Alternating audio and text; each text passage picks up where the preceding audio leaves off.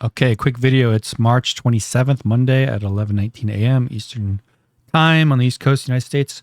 Let me get the disclaimer out of the way. I'm not a financial advisor. This is not financial advice. This is only to be used as entertainment and to please do your own research. That out of the way. So, a little update on my Coinbase drama. That's been resolved, but right now Bitcoin was pretty steady there for a while, somewhere around 27,900 or so. It looked like it was going to go up to 28. And then it went down about 5.11%. So, yeah, I'll tell you my drama first of all. I think Friday I had wired a lot of money into Coinbase account. And then I was asked to verify myself. For some reason, it looked like they locked up my funds or something. I don't know what it was. And that got resolved on Saturday. So what I learned at least was call Coinbase support. Don't go on that chat thing or whatever, because those people weren't helpful at all. But every time I called Coinbase support, they were pretty helpful. And that person helped me figure out, what I had to do as far as, taking my picture with my ID for verification only, the whole spiel, and then upload my front and back driver's license. So they said that if I still have a problem within 24 hours, let them know either way. And so Sunday rolled around, and I remember they were saying they wanted me to upgrade my security to like a security key or something like that, or update my two-factor authentication. Tech support said it really wasn't necessary, but I thought it might be a good idea anyway. They even wanted me to change my password again for not a second, but a third time. So I went through all the hoops, and then, today, Monday, I still didn't see my funds that were wired on Monday. And the person on the phone I called him up again today, since it wasn't resolved. And she says, oh, the funds are in your Coinbase Pro account, which if you know anything about Coinbase Pro or pro.coinbase.com is really no more anymore. It's like advanced trading now. I don't know why the funds were in there. They could have been there all the way since Friday, for all I know. And I had to go through all these hoops for nothing. Maybe I don't know, because I didn't check Coinbase Pro from the start. So if you wire any funds to Coinbase, check their old pro.coinbase.com website and just migrate your funds over to Coinbase. That's what I did, and it was easy. So, in lieu of what was happening, I went and got a Yubico security key, and just get two. You should have a backup, because if something happens to your primary key, you could pull out your backup and still get access to your account. I don't think Coinbase, their mobile apps, you'll be able to get in with this type of key. So, I don't really do any buying or selling on Coinbase mobile app. So for me, this is still good. And, you just added extra security features. So even if your phone gets hacked, like say SIM hack or whatever, if you have this little key device plugged into a USB port, you press that little button in this case, it's like a little Y button here.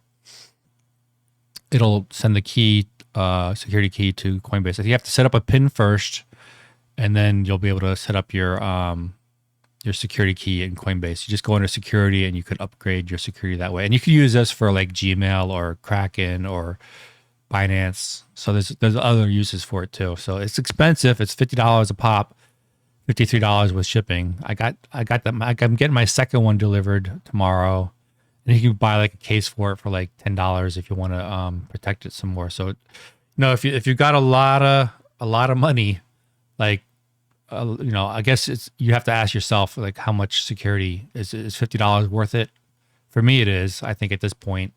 And I got the Trezor hardware wallet, and they're like $100 or so, or less if you get the Trezor one. I think, I think a hardware wallet's worth it. If you've got, a couple $100 invested in crypto, maybe it's not worth spending $50 on a security key or $100 on a hardware wallet. But I know some of you people out there, you have thousands of dollars, if not maybe millions. You should probably consider upgrading your security to whatever exchange you use. So I actually already registered my key here on Coinbase. So we'll see how that goes. And so when I got off the phone and I finally got my funds over, Bitcoin starts crashing. So I guess my whole delay with my funds is a blessing in disguise because, you know, I just as I got off the phone, I just started putting limit orders in. I bought already 4 times today, and you know, I'm going to be buying more, I think. So people will probably be asking like, well, where is this going to drop to? Well, Bitcoin has a CME gap down here at $20,305. So that's from where we are now. That would be a drop of about 23.9%, almost 24%. And looking at Bitcoin, let me just get rid of this and put this on like the weekly chart. You know, if you zoom out, let me see where we're at here. You know, we usually get support in a bull market off the 21 weekly moving average. So the top part of that is like 22,826. And we know we wicked down here into it earlier on, looks like March 6th, and then we wicked back up on the weekly chart.